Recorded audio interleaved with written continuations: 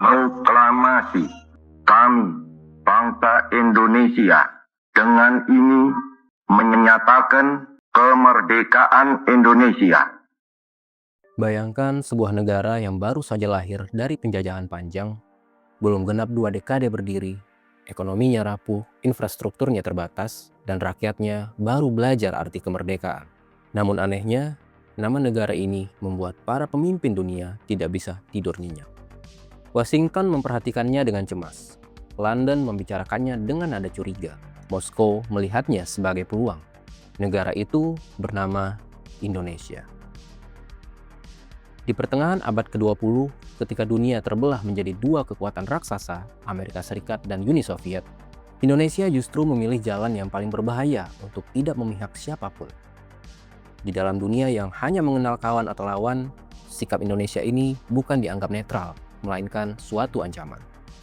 Inilah kisah tentang sebuah negara yang terlalu besar untuk diabaikan, terlalu berpengaruh untuk dibiarkan bebas, dan terlalu berani untuk tunduk. Bangsa Indonesia ingin merdeka, dan walaupun tuan-tuan halangi dengan bom dan dinamit dan meriam yang berasal dari Australia, Amerika, dan Inggris, kita akan merdeka.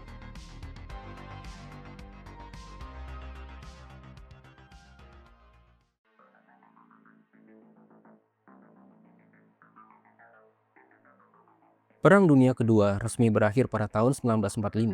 Kota-kota di Eropa hancur, jutaan manusia tewas, dan dunia untuk pertama kalinya menyaksikan kekuatan senjata modern yang mampu memusnahkan satu kota hanya dalam hitungan detik. Namun berakhirnya perang besar itu tidak serta-merta membawa kedamaian. Yang berakhir hanyalah pertempuran terbuka. Yang dimulai setelahnya adalah bentuk perang yang jauh lebih panjang dan jauh lebih sunyi. Dari reruntuhan perang, muncul 2 kekuatan besar yang sama-sama mengklaim diri sebagai pemenang. Di satu sisi ada Amerika Serikat, negara yang keluar dari perang dengan industri yang utuh, ekonomi yang menguat, dan pengaruh global yang luas. Amerika membawa satu narasi besar, kapitalisme, pasar bebas, dan demokrasi liberal. Di sisi lain, Uni Soviet dengan kekuatan militer raksasa yang mengorbankan jutaan nyawa dalam perang, namun keluar sebagai simbol perlawanan terhadap dominasi Barat. Uni Soviet menawarkan ideologi tandingan, seperti sosialisme, kesetaraan kelas, dan negara kuat sebagai pengendali ekonomi. 2 kekuatan ini tidak hanya bersaing soal militer, mereka juga bersaing soal cara hidup, tentang bagaimana sebuah negara seharusnya dibangun, dan siapa yang berhak memimpin dunia. Inilah awal dari apa yang kemudian disebut Perang Dingin. Sebuah perang tanpa deklarasi resmi, tanpa garis depan yang jelas, namun dampaknya menjalar ke hampir seluruh penjuru bumi. Perang Dingin bukan tentang siapa yang menembakkan senjata lebih dulu. Ia tentang siapa yang bisa menanamkan pengaruh lebih dalam. Negara mana yang menjadi sekutu, negara mana yang dianggap ancaman, dan negara mana yang harus diamankan sebelum jatuh ke pihak lawan. Dalam konteks inilah, negara-negara yang baru merdeka menjadi sasaran utama. Asia, Afrika, dan juga Amerika Latin. Wilayah-wilayah ini baru saja melepaskan diri dari penjajahan Eropa. Institusinya masih rapuh. Ekonominya pun belum stabil, dan identitas nasionalnya masih dalam proses dibentuk. Bagi Amerika dan Uni Soviet, negara-negara ini bukan sekedar bangsa yang baru lahir. Mereka adalah medan perebutan pengaruh. Dan di antara semua negara itu, ada satu nama yang menonjol jauh lebih besar dibandingkan yang lain. Negara itu adalah Indonesia. Indonesia bukan negara kecil di pinggiran dunia. Ia adalah negara kepulauan raksasa yang terletak di persimpangan jalur perdagangan internasional. Siapapun yang menguasai pengaruh di Indonesia secara tidak langsung mengamankan jalur laut strategis yang menghubungkan Samudra Hindia dan Samudra Pasifik. Selain itu, Indonesia memiliki populasi yang sangat besar untuk ukuran negara baru merdeka. Artinya, pengaruh ideologi yang berhasil ditanamkan di Indonesia berpotensi menyebar ke kawasan sekitarnya. Dan yang tidak kalah penting, Indonesia menyimpan sumber daya alam yang sangat dibutuhkan dunia pasca perang. Sumber daya alam yang tersimpan diantaranya yaitu minyak, mineral, dan hasil bumi. Dalam peta Perang Dingin, Indonesia bukan sekedar satu titik di Asia Tenggara. Ia adalah kunci keseimbangan regional. Jika Indonesia condong ke satu blok, negara-negara tetangganya hampir pasti akan mengikuti. Dan bagi 2 kekuatan besar dunia, membiarkan Indonesia berjalan sendiri adalah resiko yang terlalu besar untuk diambil.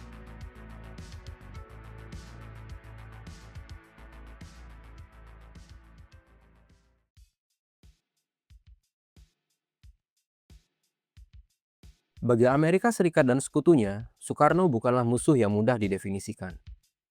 Masalahnya bukan karena mereka tidak mengenalnya, melainkan karena Soekarno secara konsisten menolak untuk dijadikan sekutu yang patuh maupun lawan yang bisa ditekan.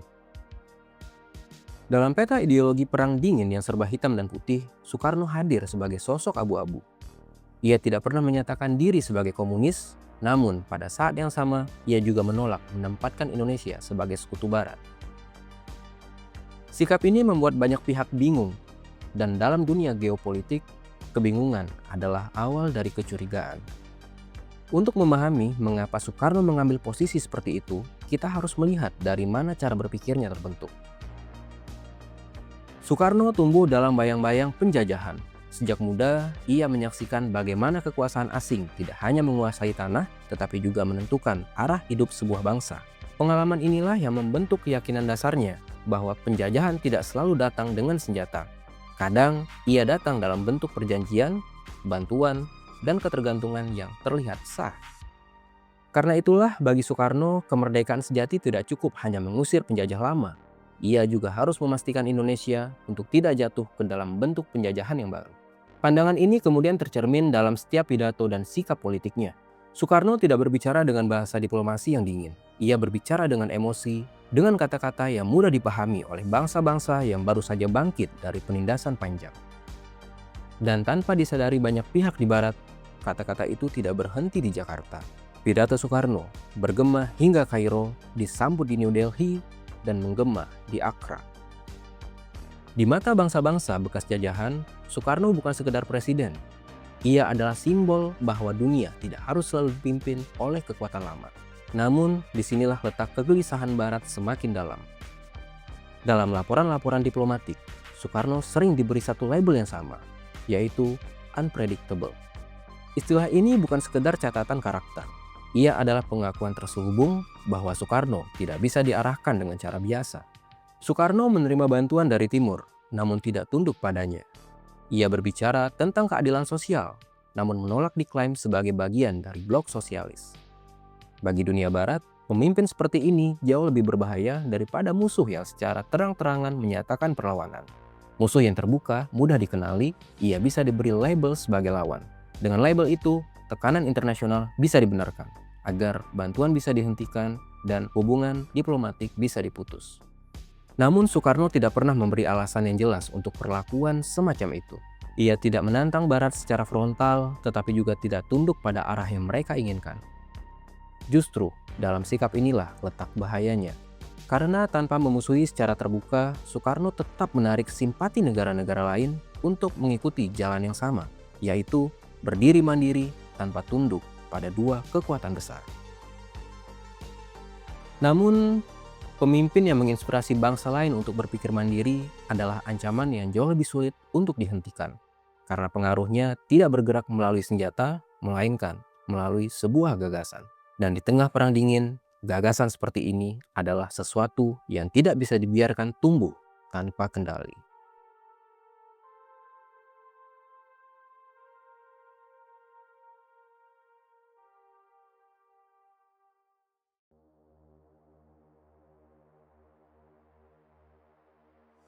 Memasuki awal 1950-an, dunia semakin kehilangan ruang untuk bersikap netral. Perang dingin tidak lagi sekedar persaingan ideologi. Ia berubah menjadi tekanan nyata yang memaksa setiap negara untuk memilih posisi. Bagi banyak negara, pilihannya sederhana meski pahit. Entah bergabung dengan Amerika Serikat dan Blok Barat atau mendekat ke Uni Soviet dan Blok Timur. Namun bagi Indonesia, pilihan ini tidak pernah terasa sesederhana itu. Indonesia baru saja merdeka. Setelah ratusan tahun berada di bawah kekuasaan asing, pengalaman itu meninggalkan satu trauma kolektif, yaitu ketergantungan pada kekuatan luar selalu berakhir dengan hilangnya kedaulatan. Karena itulah, ketika dunia menuntut Indonesia untuk memilih salah satu kubu, jawaban yang muncul justru mengejutkan banyak pihak, yaitu Indonesia menolak. Penolakan Indonesia ini bukan karena tidak peduli pada konflik global, melainkan karena Indonesia menolak menyerahkan arah masa depannya kepada kekuatan manapun di luar dirinya sendiri. Dari sinilah lahir gagasan yang kemudian dikenal sebagai Jalan Ketiga, sebuah posisi yang tidak berpihak pada Amerika namun juga tidak tunduk pada Uni Soviet. sebuah sikap yang di atas kertas disebut netral. Namun dalam praktek geopolitik perang dingin, netralitas bukanlah sikap pasif. Netralitas adalah bentuk penolakan. Penolakan untuk dijadikan sekutu yang patuh, penolakan untuk dijadikan medan perebutan pengaruh, serta penolakan untuk mengulang pola lama kolonialisme dalam bentuk yang baru. Indonesia tidak ingin menjadi pion yang digerakkan oleh kepentingan global. Indonesia justru ingin menjadi pemain yang menentukan langkahnya sendiri. Sikap inilah yang kemudian menarik perhatian banyak negara lain yang berada dalam situasi serupa. Negara-negara di Asia dan Afrika yang baru saja merdeka, yang sama-sama menghadapi tekanan untuk memilih kubu, mulai melihat Indonesia sebagai contoh. Jika Indonesia bisa berdiri di luar dua blok besar, maka mungkin mereka juga bisa. Setelah beberapa tahun menjadi gagasan yang diperdebatkan, jalan ketiga akhirnya diuji dalam bentuk nyata. Pada tahun 1955 menjadi titik penting ketika Indonesia mengubah sikap politiknya menjadi inisiatif global. Inisiatif itu terwujud dalam sebuah konferensi internasional yang diselenggarakan di Bandung. Konferensi tersebut sudah sering kita dengar namanya, yaitu Konferensi Asia Afrika. Untuk pertama kalinya dalam sejarah modern, negara-negara Asia dan Afrika berbicara dalam satu forum. Tentunya tanpa kehadiran kekuatan adidaya seperti Amerika Serikat dan Uni Soviet. Konferensi Asia Afrika bukan sekedar pertemuan diplomatik, melainkan konferensi ini adalah peristiwa simbolik. Negara-negara yang selama ini hanya menjadi objek politik dunia, kini duduk sebagai subjek yang berbicara atas nama mereka sendiri. Di Bandung, tidak ada negara adidaya yang memimpin. Tidak ada blok ideologi yang mendikte arah pembicaraan. Yang ada hanyalah satu kesadaran bersama, yaitu bahwa dunia tidak harus selamanya dikendalikan oleh dua kekuatan lama. Bagi Indonesia, Konferensi Asia Afrika adalah puncak pengaruh internasional, sebuah momen di mana Indonesia bukan hanya hadir sebagai negara merdeka, tetapi sebagai penggerak. Namun, bagi dunia barat, Bandung justru dibaca dengan cara yang berbeda. Konferensi ini bukan dilihat sebagai forum solidaritas, melainkan sebagai sinyal yang berbahaya. Karena jika negara-negara Asia dan Afrika mulai percaya bahwa mereka bisa bersatu tanpa bergantung pada Barat atau Timur, maka peta kekuasaan dunia akan berubah secara fundamental. Bandung menunjukkan satu hal yang sangat jelas, bahwa jalan ketiga bukan sekedar wacana. Sesungguhnya ia bisa diwujudkan dan Indonesia berada di pusatnya. Dan sejak saat itu, Indonesia tidak lagi dipandang sebagai negara berkembang biasa. Ia dipandang sebagai pengaruh yang harus diperhitungkan.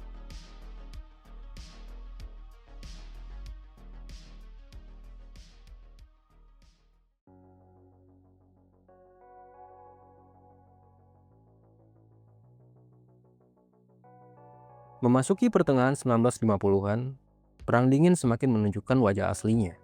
Pertempuran terbuka antara dua kekuatan besar bukan hanya beresiko, tetapi juga terlalu mahal secara politik dan ekonomi. Karena itu, perang tidak selalu dilakukan dengan senjata. Ketika perang militer dianggap terlalu berbahaya, yang digunakan adalah cara yang jauh lebih halus namun tidak kalah efektif, yaitu narasi. Perang Dingin bergerak melalui cerita tentang siapa yang stabil dan siapa yang berbahaya, tentang negara mana yang layak dipercaya dan mana yang harus dicurigai. Dalam konteks ini, Indonesia mulai ditempatkan dalam sorotan yang berbeda. Media internasional perlahan membentuk gambaran tertentu. Indonesia digambarkan sebagai negara yang tidak stabil, pemerintahannya dianggap rapuh, dan Soekarno mulai diasosiasikan sebagai pemimpin yang terlalu dekat dengan kekuatan kiri. Narasi ini tentunya tidak muncul secara tiba-tiba. Ia dibangun perlahan, kemudian diulang, dan diperkuat melalui berbagai saluran informasi. Pada saat yang sama, demokrasi di Indonesia mulai dipertanyakan, bukan sebagai proses yang senang tumbuh, melainkan sebagai sistem yang dianggap gagal. Narasi ini memiliki dampak yang sangat nyata. Bantuan ekonomi untuk Indonesia mulai dipersulit. Akses terhadap pendanaan internasional menjadi terbatas, hubungan dagang ditekan secara halus, kepercayaan investor digoyahkan, bukan melalui larangan langsung tentunya, tetapi melalui keraguan yang terus dipelihara. Dan di dalam negeri, dampaknya mulai terlihat, seperti ketegangan ideologi yang sebelumnya masih bisa dikelola, saat itu perlahan dibiarkan tumbuh. Perbedaan pandangan politik pun semakin tajam. Polarisasi menjadi bagian dari kehidupan sehari-hari. Perang dingin bekerja paling efektif ketika konflik tampak seperti masalah internal. Ketika perpecahan terlihat seolah-olah lahir dari dalam negeri sendiri, bukan sebagai akibat dari tekanan global. Namun, di balik semua itu, ada satu alasan yang jauh lebih mendasar mengapa Indonesia terus berada dalam tekanan. Masalah terbesar Indonesia bukanlah ideologi yang dianut pemerintahnya. Masalah terbesarnya adalah potensi. Indonesia adalah negara dengan populasi besar, wilayah yang luas, dan posisi geografis yang strategis. Jika Indonesia berhasil berdiri mandiri secara ekonomi, bersatu secara politik, dan berpengaruh secara global, maka keseimbangan dunia pasca kolonial akan berubah secara signifikan. Dalam konteks perang dingin, negara kecil yang netral bisa diabaikan. Namun, negara besar yang netral adalah ancaman yang sama sekali berbeda. Netralitas Indonesia bukan berarti pasif. Ia berarti menolak tunduk, menolak diarahkan, dan menolak menjadi bagian dari permainan lama. Indonesia bukanlah pion kecil yang bisa digeser tanpa konsekuensi. Ia adalah bidak kunci dalam percaturan global. Dan sejarah perang dingin menunjukkan satu pola yang konsisten, yaitu bidak kunci jarang dibiarkan bergerak bebas terlalu lama. Bukan karena apa yang telah ia lakukan, melainkan apa yang mungkin ia capai jika dibiarkan menentukan jalannya sendiri.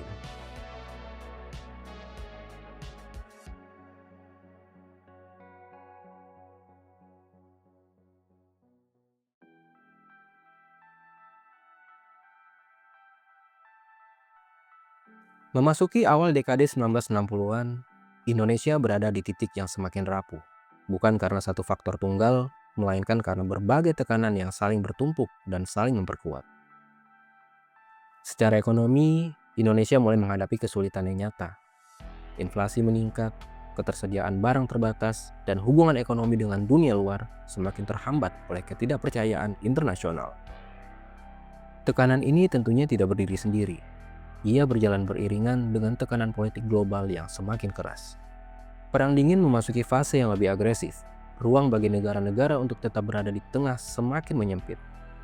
Indonesia yang sejak awal memilih jalan mandiri, kini dipandang bukan sebagai pengecualian yang menarik, melainkan sebagai masalah yang harus diselesaikan. Di saat yang sama, polarisasi politik di dalam negeri pun semakin tajam. Perbedaan pandangan ideologis yang sebelumnya masih bisa dikelola, perlahan berubah menjadi kecurigaan. Dan kecurigaan itu pelan-pelan berubah menjadi permusuhan. Dalam situasi seperti ini, dunia tidak lagi menunggu Indonesia untuk memilih antara kubu barat dan kubu timur. Tekanan tidak lagi bersifat simbolik. Tekanan tersebut menjadi nyata, menjadi terasa, dan semakin sulit untuk dihindari. Indonesia didorong secara halus namun konsisten untuk jatuh ke salah satu sisi dari dua kekuatan besar dunia. Bukan melalui satu keputusan besar, melainkan melalui rangkaian peristiwa kecil yang jika disatukan mengarah ke satu titik yang sama, sebuah titik balik. Setelah titik ini, arah sejarah Indonesia pun berubah. Bukan hanya secara politik, tetapi juga secara sosial, ekonomi, dan kemanusiaan. Namun, kisah tentang apa yang terjadi setelahnya bukanlah bagian dari cerita ini. Bukan karena ia tidak penting, melainkan karena ia terlalu besar dan terlalu gelap untuk disinggung secara sepintas. Yang penting untuk disadari adalah apa yang terjadi sebelum titik balik itu, bahwa Indonesia pernah berada di pusat percaturan dunia, bukan sebagai korban pasif, tetapi sebagai kekuatan yang sangat diperhitungkan, sebuah negara yang begitu penting hingga netralitasnya dianggap terlalu berbahaya. Karena itu, pertanyaan terpenting dari kisah ini bukanlah apakah Indonesia kalah atau menang dalam perang dingin. Pertanyaannya jauh lebih mendasar, yaitu apa yang sebenarnya bisa terjadi jika Indonesia dibiarkan menentukan jalannya sendiri, jika tekanan global tidak terus-menerus mengarahkan, membatasi, dan memaksa pilihan-pilihan politiknya? Pertanyaan ini tidak memiliki jawaban yang sederhana tentunya. Namun, satu hal yang pasti, Indonesia pernah berdiri di persimpangan sejarah dunia. Dan mungkin justru karena itulah, kisah tentang masa itu tidak pernah benar-benar diceritakan secara utuh.